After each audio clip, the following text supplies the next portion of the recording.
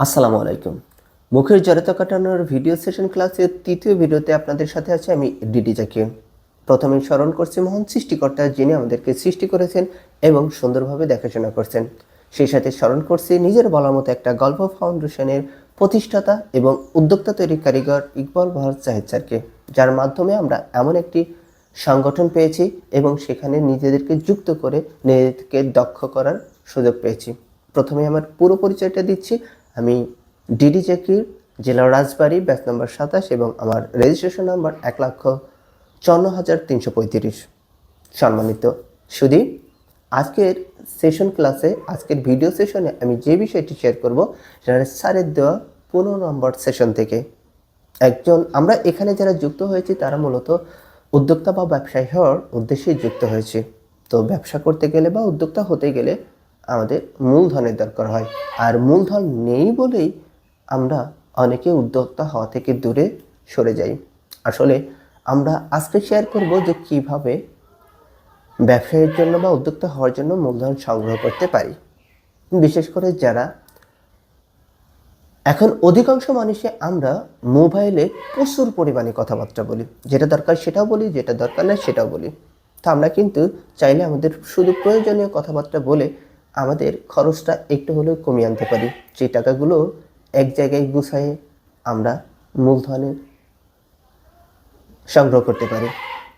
বিশেষ করে যারা স্টুডেন্ট আছে তাদের বন্ধু মহলে প্রচুর টাকা খরচ করার অভ্যাস, এবং এই সময়ে বয়ফ্রেন্ড গার্লফ্রেন্ড অধিকাংশ লোকেরই থাকে। তাদের কিপ দেওয়া না করলে পরে আসলে সম্পর্ক থাকে না। তো আমরা যদি সেখান থেকে ফিরে এসে নিজেদেরকে সেই টাকা দিয়ে একটা মূলধন গুছিয়ে সেটাকে ব্যবসার কাজে লাগাই, এবং সেখান থেকে যখন আপনি প্রতিষ্ঠিত হবেন তখন দেখবেন বয়ফ্রেন্ড গার্লফ্রেন্ডের কোনো অভাব হবে না ইনশাল্লাহ।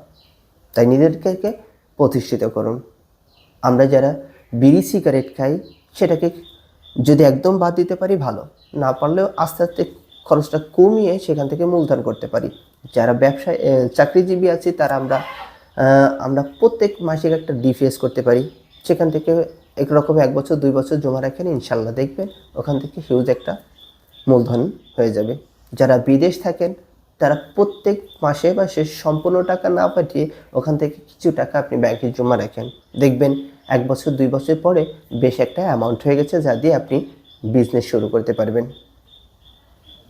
এইভাবে যারা স্টুডেন্ট আছে ঠিক তেমনিভাবে আমরা যে কাজটা করতে পারি, যে সম্পূর্ণ টাকা বাবার থেকে না নিয়ে আমরা পার্ট টাইমে 1টা 2টা টিউশনি করতে পারি, এবং সেই টাকা দিয়ে আমরা সেই অ্যামাউন্টটা গুছিয়ে একটা মূলধনের জোগাড় করতে পারি। আসলে আমরা যদি চাই তাহলে বিভিন্নভাবেই আমাদের মূলধনটা সংগ্রহ করতে পারি। সবার আগে যেটা দরকার সেটা হচ্ছে আসলে ইচ্ছাশক্তি। তো ইচ্ছাশক্তিটা খুবই জরুরি। আপনি যদি মনে করেন যে এই কাজটা আমি করব তাহলে অবশ্যই সম্ভব। তাই আপনাদের ইচ্ছাশক্তিটাকে আগে নিয়ে আসতে হবে, এবং অবশ্যই সেটা বৈধ কাজের জন্য ইচ্ছাশক্তিটা জোগাড় করেন এবং সেই অনুসারে কাজ করেন। আর আপনি যখনই কোনো কাজে যাবেন অবশ্যই আপনাদেরকে সেই বিষয় সম্পর্কে ভালোভাবে জেনেই আপনার ব্যবসা বলেন, আপনার যে কোনো কাজই বলেন, সেক্ষেত্রে জেনে শুরু করবেন। ইনশাল্লাহ সেখান থেকে সফল হবেন, সেখানে ব্যর্থতার কোনো সম্ভাবনাই থাকবে না। আশা করি আমার বিষয়গুলো আমি শেয়ার করতে পারছি, যার কারণে এর মধ্যে যদি কোনো ভুল ত্রুটি হয়ে থাকে তাহলে অবশ্যই ক্ষমা চেয়ে দেখবেন। সেই সাথে নিজের বলার মতো একটা গল্প ফাউন্ডেশনের সকল সদস্যবৃন্দের সুস্থ সুন্দর এবং উন্নত ভবিষ্যৎ কামনা করে আজকের মতো বিদায় নিচ্ছি। আমি ডিডি জাকির। দেখা হচ্ছে পরবর্তী ভিডিওতে। আল্লাহ হাফেজ।